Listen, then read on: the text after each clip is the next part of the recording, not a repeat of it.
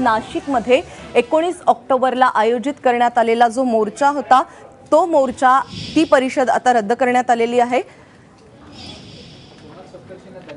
दलित मराठा ऐक्य परिषद रद्द करण्यात आलेली आहे। 19 ऑक्टोबरला शिर्डीमध्ये ही परिषद होणार होती। नाशिकमध्ये चिमुरडीवर अत्याचाराचा प्रयत्न झाला होता। त्या पीडित कुटुंबाची भेट घेतल्यानंतर आठवले यांनी नाशिकमध्ये ही माहिती दिली आहे। त्यामुळे समाजामध्ये शांतता नांदावी यासाठी आयोजित करण्यात आलेली दलित मराठा ऐक्य परिषद रद्द करण्यात आलेली आहे। नाशिकवरून आमचे प्रतिनिधी सागर वैद्य आता आपल्याबरोबर आहेत। सागर, ही परिषद रद्द करण्यात आली आहे, कारण काय दिली जात आहेत?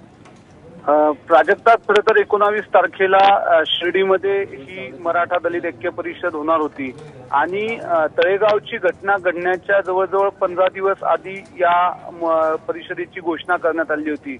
खरं तर ज्या वातावरणात या परिषदेची घोषणा केली गेली त्यावेळेस अतिशय शांतता मार्गाने मराठा महामोर्चे निघत होते आणि राज्यभरातल्या या महामोर्चांबद्दल गैरसमज होऊ नये, दलित आणि मराठ्यांमध्ये पडू नये किंवा वैचारिक मतभेद असू नये याच्यासाठी पुढाकार घेऊन ही ऐक्य परिषद केली गेली होती।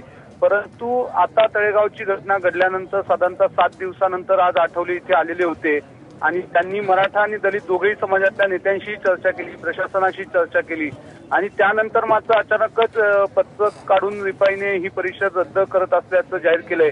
खरं तर याचं कुठलंही कारण देण्यात आलेलं नाही आतापर्यंत की नेमकी ही परिषद का रद्द करण्यात आली आहे, परंतु नंतर ही परिषद घेतली जाईल असं एक टेंटेटिव्ह माहिती जी आहे ती देण्यात आलेली आहे। त्याच्यामुळे कारणं जरी अस्पष्ट असली तरी सुद्धा ही परिषद रद्द झाली ही काहीशी खेदजनक गोष्ट आहे।